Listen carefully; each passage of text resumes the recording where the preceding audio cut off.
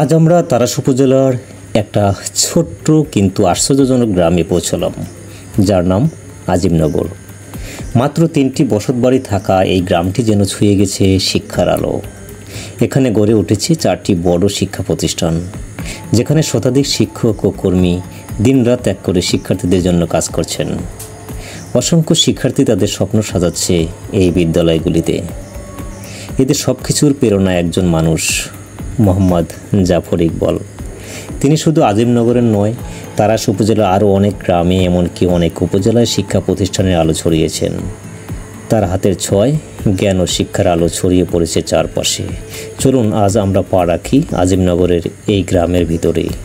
প্রতিটি রাস্তায়, প্রতিটি কোণে লুকিয়ে আছে গল্প, শিক্ষার গল্প, মানুষের পরিশ্রমের গল্প আর স্বপ্নের গল্প।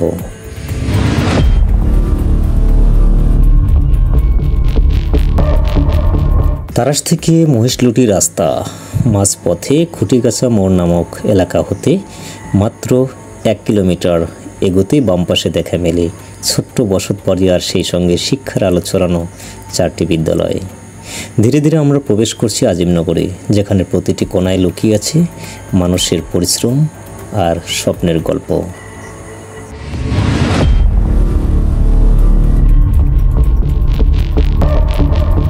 এবার রাস্তা ধরে আমরা গ্রামের ভিতরে প্রবেশ করছি। একটু দূরে যেখানে দেখা মেলে একটি বিশেষ শিক্ষা প্রতিষ্ঠান, শামীমা জাফর কৃষি ও মৎস্য ইনস্টিটিউট। এখানে মোট 2টি শিক্ষা প্রতিষ্ঠান রয়েছে, যেখান থেকে ডিপ্লোমা শেষ করে শিক্ষার্থীরা সরাসরি দেশের কৃষি ও মৎস্য সেক্টরে 2য় শ্রেণীর কর্মকর্তা হিসেবে কাজ শুরু করবেন। খোলামেলা প্রাকৃতিক পরিবেশ, কোনো কোলাহল নেই, যানজট নেই, শুধু লেখাপড়ার মনোমুগ্ধকর পরিবেশ।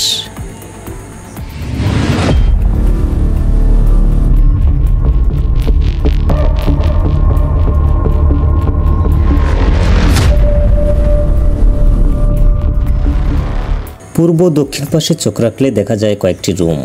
এগুলো শিক্ষার্থীদের জন্য নির্মিত ছাত্রাবাস। এখানে শিক্ষার্থীরা পড়াশোনার পাশাপাশি বিশ্রাম ও জীবনযাপনের জন্য সময় কাটায়। পুরো পরিবেশটি শান্ত, মনোমুগ্ধকর।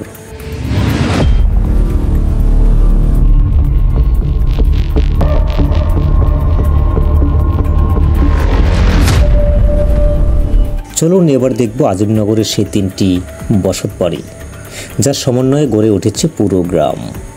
এখানে বসবাস করছেন সেই মহান ব্যক্তি মোহাম্মদ জাফর ইকবাল। পরিবেশ একদম শান্ত, কোনো কোলাহল নেই, শুধু নিঃশব্দ শান্তি আর প্রাকৃতিক পরিবেশে মিশে থাকা জীবন।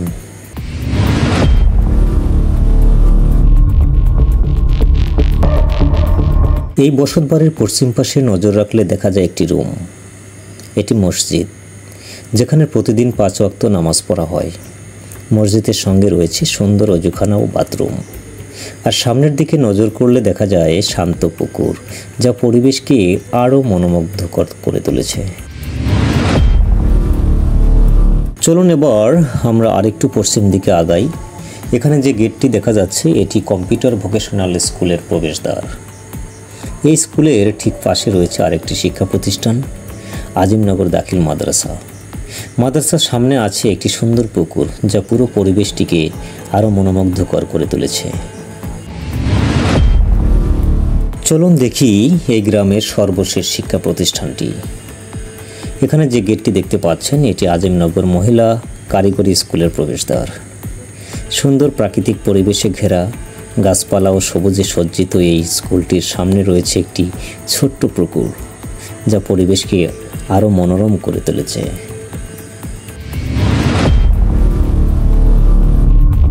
আজ আমরা দেখলাম আজিমনগর গ্রামের বিস্ময়কর দৃশ্য। শান্ত বসতবাড়ি, শিক্ষার আলো ছড়ানো বিদ্যালয়, সবুজে ঘেরা প্রাকৃতিক পরিবেশ। প্রতিটি কোণায় লুকিয়ে আছে মানুষের পরিশ্রম ও স্বপ্নের গল্প। আপনি যদি আজকের এই যাত্রা পছন্দ করে থাকেন, তাহলে আমাদের পরবর্তী গ্রাম ভ্রমণের ভিডিও দেখতে ভুলবেন না। যারা নতুন, তারা আমাদের চ্যানেল সাবস্ক্রাইব করে আমাদের সাথে যোগ দিতে পারেন। আর গল্পটি যদি ভালো লেগে থাকে, তাহলে অবশ্যই শেয়ার করে আমাদেরকে সহযোগিতা করবেন। নতুন গল্প, নতুন গ্রাম সবাই আপনাদের জন্য অপেক্ষা করছে। সবাই সুস্থ থাকুন, ভালো থাকুন। আল্লাহ হাফেজ।